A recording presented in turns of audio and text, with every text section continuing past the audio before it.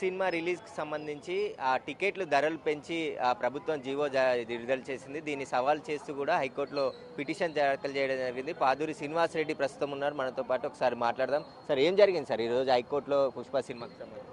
అంటే ఈ ప్రభుత్వము ఒక మెమో ఇచ్చింది. ఒకటి 4 అంశాల మీద.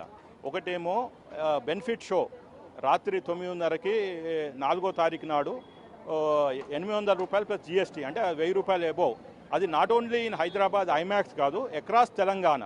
ఈవెన్ సింగిల్ స్క్రీన్ కూడా ఎక్కడో మారుమూల ప్రాంతంలో ఒరిజినల్గా ఉండవలసిన 330 రూపాయల నుంచి 50 రూపాయలు హయ్యెస్ట్ ఉండవలసిన సింగిల్ స్క్రీన్లో 800 రూపాయలు ప్లస్ జిఎస్టీ తీసుకొని మీరు చూడండి అని చెప్పారు.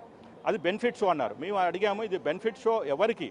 ఆ వచ్చిన డబ్బులు ఏమైనా గవర్నమెంట్కి ఇస్తున్నారా? Government of Telangana CM relief ఫండ్కి ఇస్తున్నారా? లేకుంటే పిఎం కేర్ మోడీ గారికి ఇస్తున్నారా? లేకపోతే ఏదన్నా ఇంకేదన్నా నోబుల్ కాజ్ ఏముంది అని అడిగాము.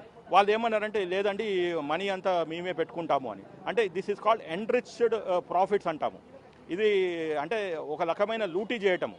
ఏదో మనలో ఉన్న ఒక వ్యసనాన్ని ఇప్పుడు ప్రభుత్వం ఏదైతే కాపాడవలసింది వాళ్ళు ఇట్లా చేస్తున్నారు. సరే, సినిమాకి హైప్ ఉండొచ్చు, కాకపోవచ్చు, అది వేరు. అది దాని భవిష్యత్తు రేపు ప్రజలు ప్రేక్షకులు తేలుస్తారు. కానీ ఇలా 800 రూపాయలు ప్లస్ జిఎస్టీ 1000 రూపాయలు పెట్టి అక్రాస్ తెలంగాణ నడపటం అది. రెండోది, అసలు 5th షో అలౌ చేయడమే గ్రేటు. అలాంటి తెలంగాణ ప్రభుత్వము 6th and 7th show allow చేసింది. దాన్ని మేము ఛాలెంజ్ చేశాం. అది కూడా ఎప్పుడు రాత్రి 1ంటికి, మళ్ళీ మధ్యరాత్రి 1ంటికి, మళ్ళీ తెల్లారగట్ల 4ంటికి. అంటే జడ్జి గారు కూడా దీంతో ఏకీభవించారు మా ఆర్గ్యుమెంట్ తోటి. కరెక్టే కదా, ఇప్పుడు చిన్నలు మహిళలు వస్తారు, వాళ్ళు ఈ మఫ్లర్స్ షటర్స్, అంటే మనకి ప్రభుత్వమే చెప్తుంది మీరు మార్నింగ్ వాక్ వెళ్ళకండి, పిల్లలు అని ఇట్లా ఎక్స్పోజ్ చేయకండి, చలికి చేసినా కానీ స్వెటర్స్ వేసుకోండి. ఇలాంటి ప్రభుత్వం ఎప్పుడూ ఒక అడ్వైజరీ ఇస్తుంటుంది మన వాతావరణాన్ని బట్టి. ఎండాకాలం అయితే వడదెబ్బ కొడుతుందని. అలాంటిది ప్రభుత్వము ఒక ప్రైవేటు వ్యక్తి, ఇదేమి పెద్దగా మనం దీంతో సినిమాలు చూడంగానే మన ప్రజలు ఏదో బాగుపడతారని కూడా లేదు. అక్కడ హీరో ఏం చేస్తున్నాడు, నిజంగా దాని నుంచి నేర్చుకొని ఎంబటే వీళ్ళేదో విజ్ఞతులు అవుతారా అంటే కాదు. అది ఒక హీరోని విలన్గా పోర్ట్రేట్ చేసి ఒక స్మగ్లర్గా చూపిస్తున్నారు. అది అసలు ఆ హీరో కూడా ఎందుకు యాక్సెప్ట్ చేసిండో నాకు అర్థం కావట్లేదు. వాళ్ళ చిన్నాయన, అంటే వాళ్ళ కుటుంబ సభ్యుడు పవన్ కళ్యాణ్ గారు కూడా కామెంట్ చేశారు. ఏది ఇంటర్నేషనల్ కాన్ఫరెన్స్లో అదే deputy CM and forest minister of Andhra Pradesh పోయినప్పుడు చెప్పాడు. ఎందుకంటే వాళ్ళ అన్నని ఉద్దేశంలో పెట్టుకొని మెగాస్టార్ని ఆ రోజుల్లో 80లో 90లో అడవి దొంగ ఇలాంటి సినిమాలు ఏంటంటే అడవిని కాపాడేవాళ్ళు హీరోలు. అలాంటిది ఇప్పుడు ఇతను ఏంటిది, అది మీరు పుష్ప 2 చూశారు, 1 చూశారు, 2లో ఏముందో మనకు తెలియదు, అది చూస్తే తెలుస్తుంది. కానీ 1లో ఏముంది, ఏమైనా నీతి నేర్చుకునేది ఏముందా, సమాజం బాగుపడేది ఉందా? అలాంటి ఏం చెప్పింది ఈరోజు కోర్టులో? ఎలాంటి వాదనలు జరిగాయి, ఏం చెప్తుంది? వాళ్ళు ఒకటే చెప్పారు క్లియర్గా, మేమైతే బెనిఫిట్ షోకి ఆలోచిస్తాము.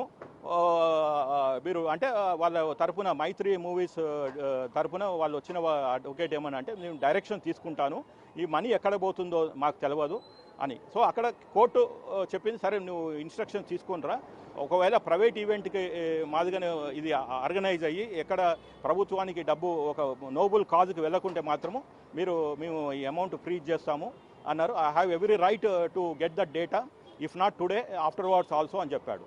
రెండోది, 1 o'clock to 4 o'clock, మధ్యరాత్రి 1ంటికి 4ంటికి ఈ షోస్ మాత్రం నేను ఆలోచిస్తాను. దాని మీద ఇవాళ ఆర్డర్ పాస్ చేసేటప్పుడు అంటే he has not given speaking order dictated in the court, because దీన్ని కొన్ని వివిధ కోణాలని తోటి చేయాలి కాబట్టి ఇవాళ ఈవినింగ్ లోపల ఆర్డర్ ఇస్తాము. ఇది కూడా చూస్తాము 1 o'clock 4 o'clock షోస్ అవసరమా లేదని. ఇంకా మూడోది, భారీ ఎత్తున డబ్బులు పెంచడం. ఇంతకుముందుకు దేవరా సినిమా ఉంది హై బడ్జెట్ అంటే, ఇంకా కొంచెం ముందరికి వెళ్తే కల్కి ఉంది. ఇవి దానికి మ్యాక్సిమం 200 ఇంక్లూడింగ్ జిఎస్టీ పెంచారు ఈవెన్ ఐమాక్స్లో. ఇది వీళ్ళు రెండోది వారం 10 రోజులే, 7 days 5, 7, 10 days. అలాంటిది ఇప్పుడు వీళ్ళు ఏకంగా 18 రోజులు పెంచారు. అంటే 5వ తారీఖు నుంచి 23వ తారీఖు దానిక వాళ్ళకి ఈ జియో పర్మిషన్ ఇస్తుంది. కాబట్టి ఇది మేమేమంటున్నాం అంటే, ఈ జియోని ఛాలెంజ్ చేస్తున్నాము.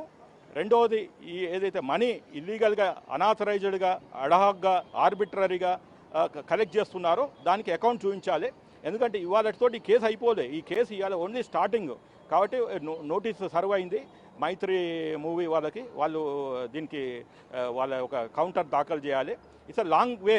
ఇవాళ మూవీ ప్రేక్షకుడు డబ్బులు పెట్టి సినిమాకు పోయినా ఆ డబ్బులు ఎక్కువ అని కోర్టు అనిపిస్తే మళ్ళీ తిరిగి మైత్రి మూవర్స్ బ్యాక్ ఇవ్వవలసిన బాధ్యత ఉంటుంది.